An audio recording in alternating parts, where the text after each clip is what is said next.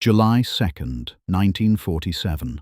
A violent thunderstorm tears across the New Mexico desert. Mac Brazel, a rancher working the land outside Roswell, hears something that stops him cold. Not thunder, not lightning, something else. A sound unlike anything he has ever heard. A low, sharp explosion, and then silence. The next morning, he rides out to check his sheep pasture. What he finds changes his life forever. Scattered across more than a mile of land, debris unlike anything he can identify. Thin metallic foil that won't bend, beams with strange symbols along the edges, material that, when you crumble it in your hand, unfolds back into its perfect original shape. Mac doesn't know what to think, so he does what any reasonable person would do.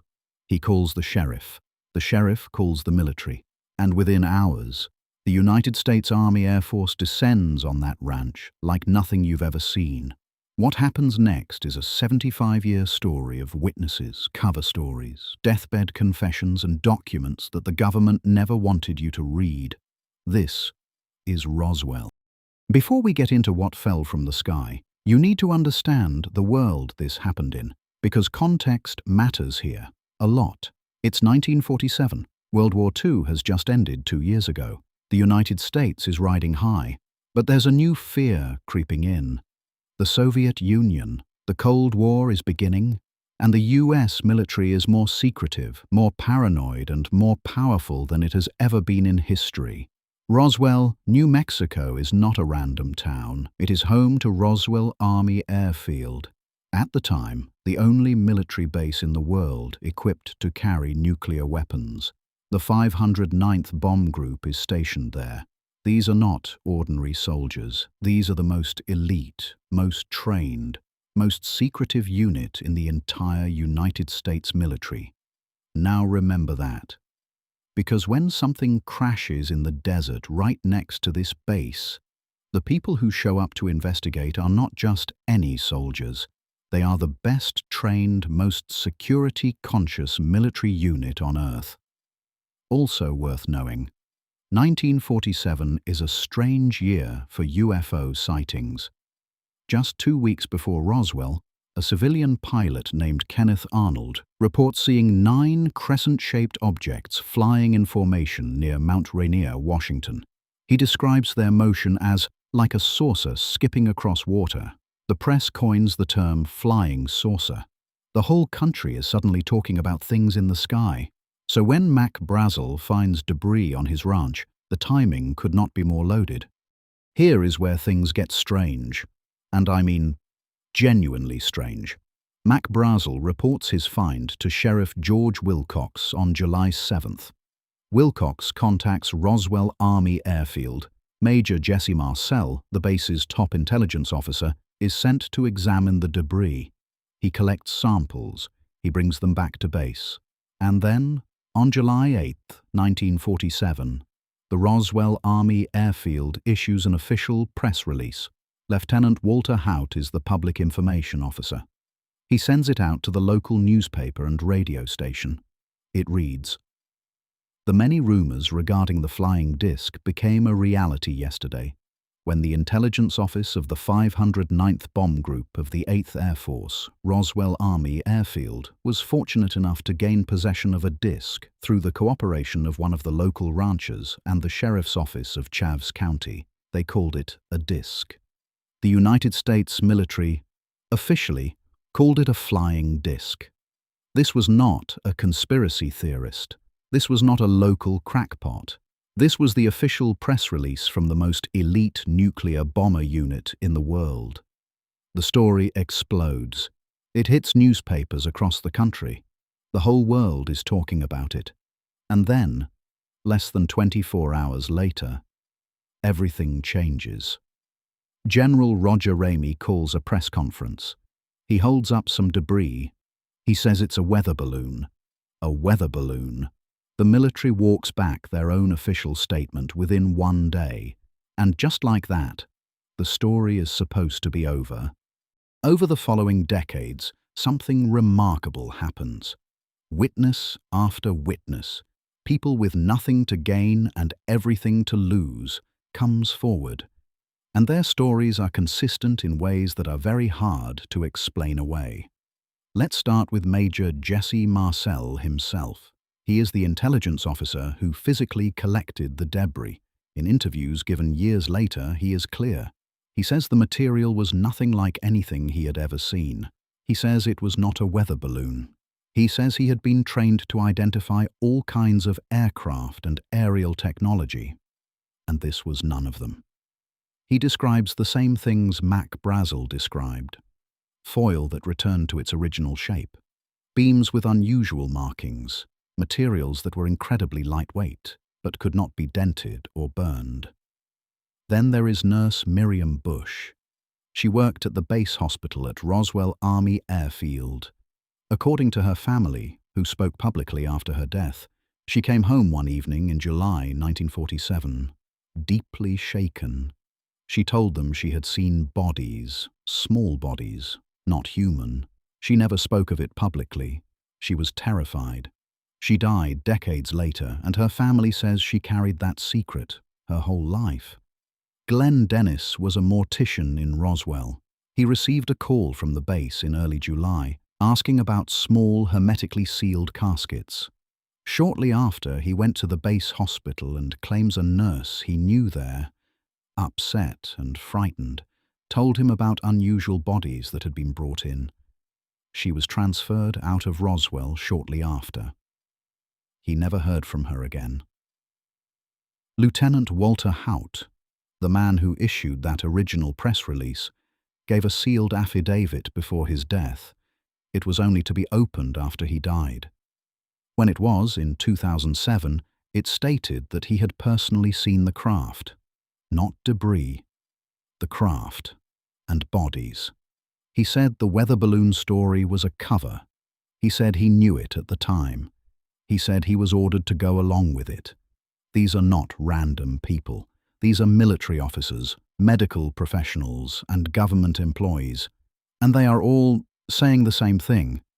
Now here is what makes Roswell genuinely compelling beyond witness testimony. The government's own story keeps changing, and that matters. In 1947, weather balloon. In 1994, the U.S. Air Force releases a report saying it was actually a Project Mogul balloon. Project Mogul was a classified program using high-altitude balloons to spy on Soviet nuclear tests. Okay, fine, except that raises its own question. If it was just a classified balloon, why didn't they say that in 1947? Classified programs get declassified. They could have explained it quietly. Instead, they waited 47 years. In 1997, a second Air Force report comes out. This one attempts to explain the witness accounts of bodies. It says what people saw were actually crash test dummies dropped from high altitude in the 1950s. There is just one enormous problem with that explanation. The crash test dummy program didn't start until 1953, 6 years after Roswell. The witnesses were describing what they saw in 1947. You cannot explain a 1947 sighting with a 1953 program. When this contradiction was pointed out to the Air Force, their response was essentially, people must have gotten confused about the timing. People, who were trained military and medical personnel, got confused by 6 years. And then there are the documents. In 1984, a set of papers surfaces, allegedly leaked government documents, referring to a secret group called Majestic 12, or MJ-12, supposedly established by President Truman to handle the Roswell situation. The FBI investigated these documents. Their conclusion? Classified.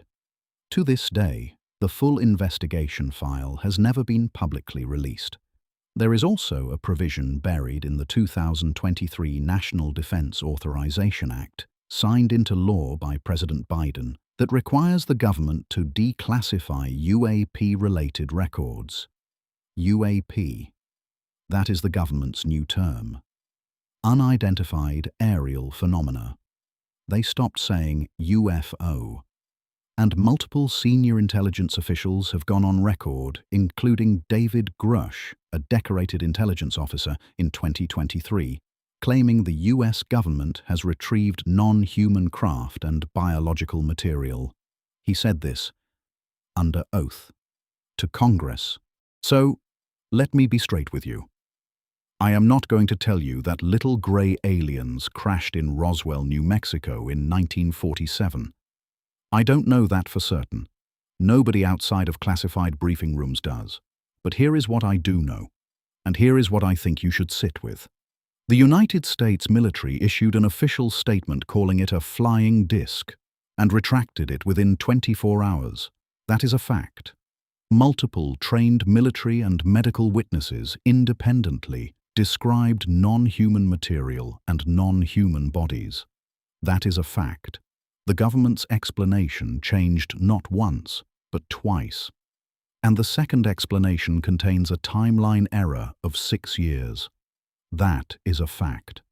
A decorated U.S. intelligence officer testified under oath to Congress that recovered non-human craft exist. That is a fact. When you line those facts up, the most charitable thing you can say is that the government knows a great deal more than it has ever told the public. And the least charitable thing you can say is that one of the most significant events in human history was buried under press releases, weather balloon props, and carefully managed silence. Mac Brazel, the rancher who started all of this, was reportedly held on the base for several days after reporting his find. Neighbors say when he came back, he was a different man, quiet, closed off. He never talked about what he saw again. He told one neighbor years later that he wished he had never reported it. That is not the behavior of a man who found a weather balloon. Whatever fell from the sky over Roswell, New Mexico on the night of July 2nd, 1947, it was enough to make the most powerful military in the world panic. It was enough to make trained officers carry secrets to their graves. It was enough that decades later the government is still, slowly, reluctantly, being pushed toward answers it does not want to give. The skies over Roswell have been quiet for 77 years, but the questions have never stopped. And maybe, just maybe, that is exactly the point. If this video made you think, hit subscribe, because we are just getting started. Drop in the comments, do you believe Roswell was real? I read every single one. See you in the next one.